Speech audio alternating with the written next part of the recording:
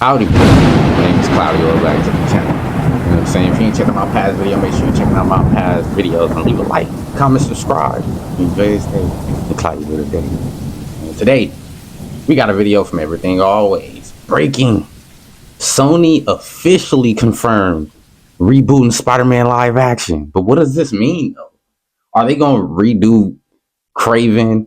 They could redo Madam Web again there. Okay, so this latest bombshell revelation actually broke this morning on a podcast called The Town with Matt Baloney, where in a live interview in front of an audience, the CEO of Sony Films, Tom Rothman, was asked point blank where they were at with the Spider-Verse, and then the interviewer made sure to typify that he's not talking about the Into the Spider-Verse animated universe. He clarified that he meant the live-action universe and asked if it was...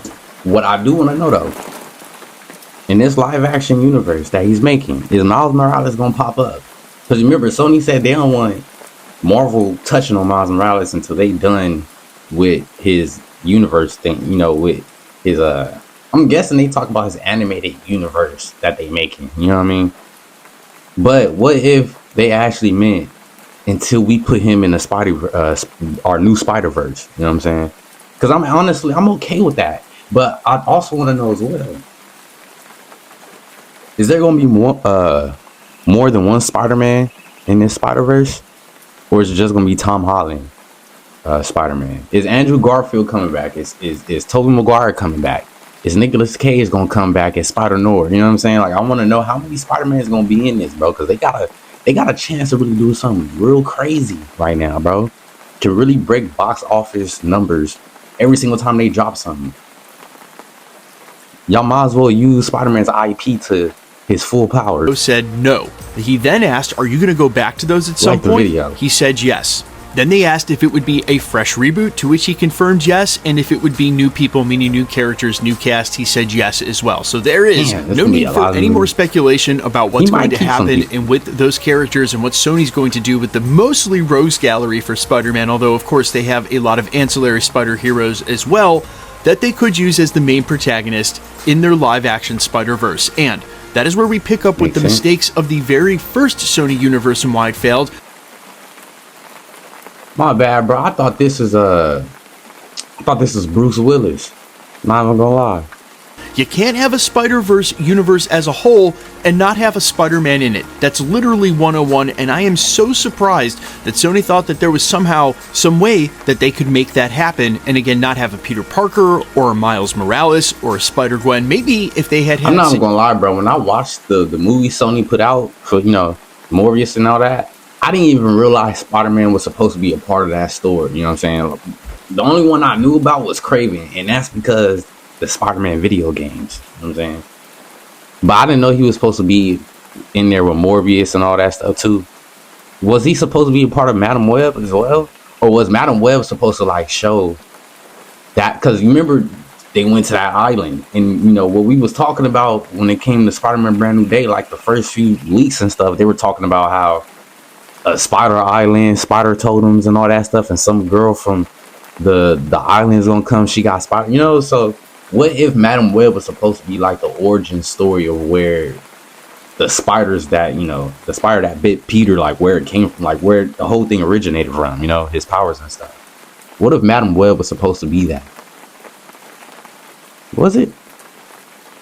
Sweeney as Spider-Woman, and from the very beginning as the protagonist, it all might have worked out. I say that half jokingly, but still, at least there would have been a protagonist. Just introducing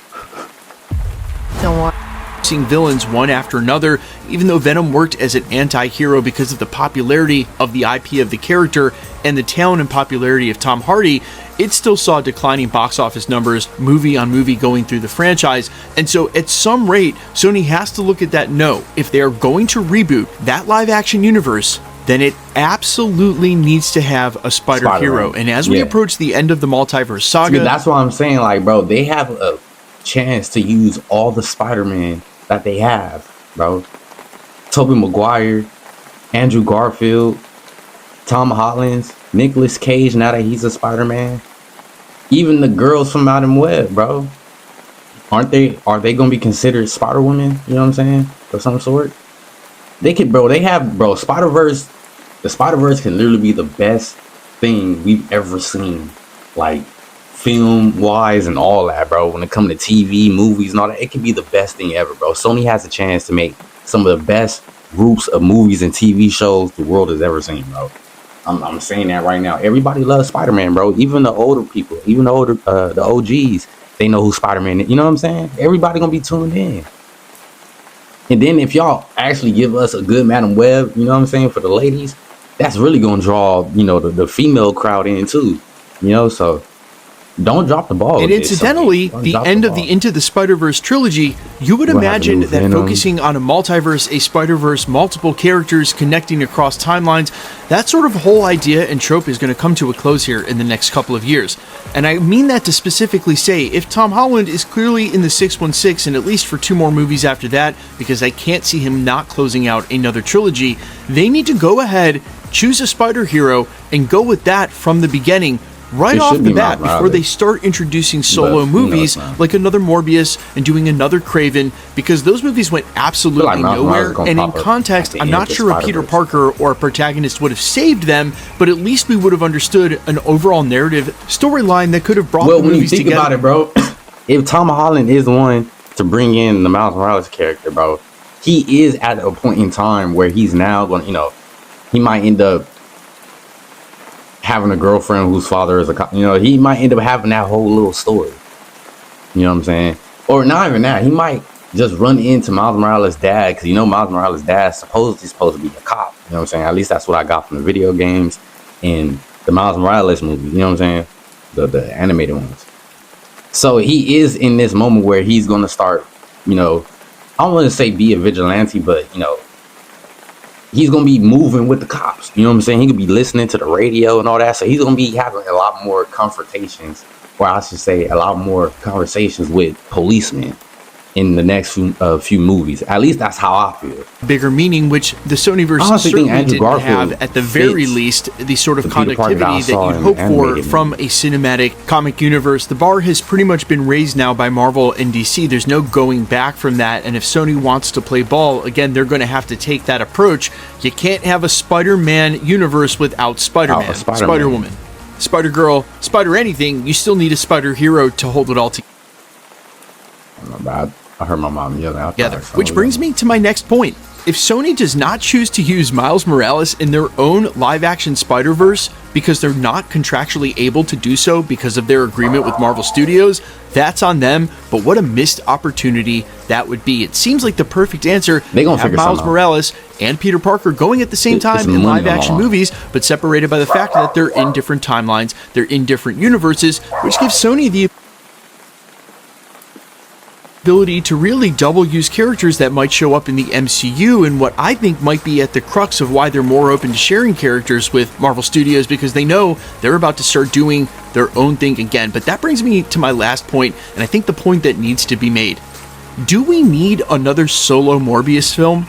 Do we need another solo Craven film?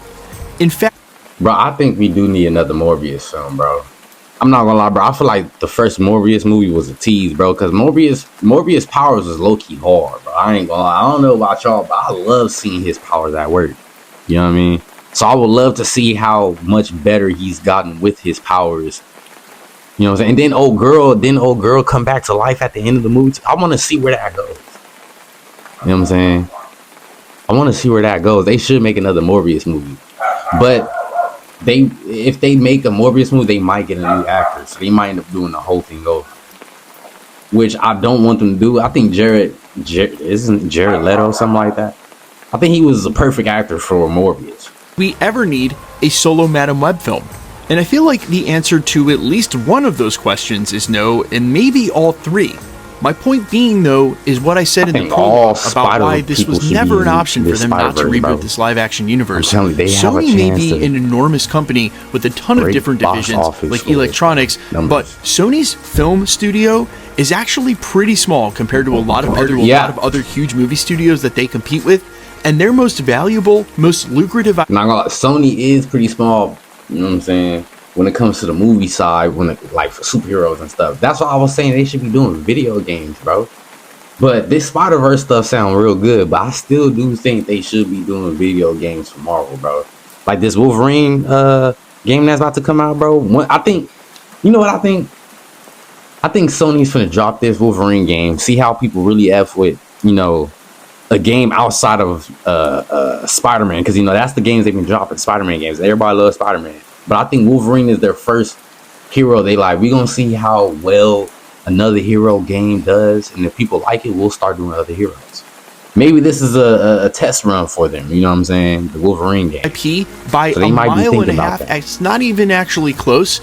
Is the Spider-Man IP. So for a studio that's not that big to begin with, the thing that makes them the most money is the Spider-Man IP. When you add in Venom, all the sharing with Marvel Studios, that's why they was doing the animated Into the Spider-Verse, they were always going to take another crack at this. And in a place and time where the zeitgeist refreshes pretty fast. That's what, bro. I ain't trying to pause it, but that's what I'm saying. Bro, they need to put all the Spider people in this Spider-Verse, bro. Spider-Man IP is a guaranteed hit. Damn near all the time. You know what I'm saying? So for that, bro, they should just throw all of them up in here. I at least give them little slight cameos. Show the Spider Island.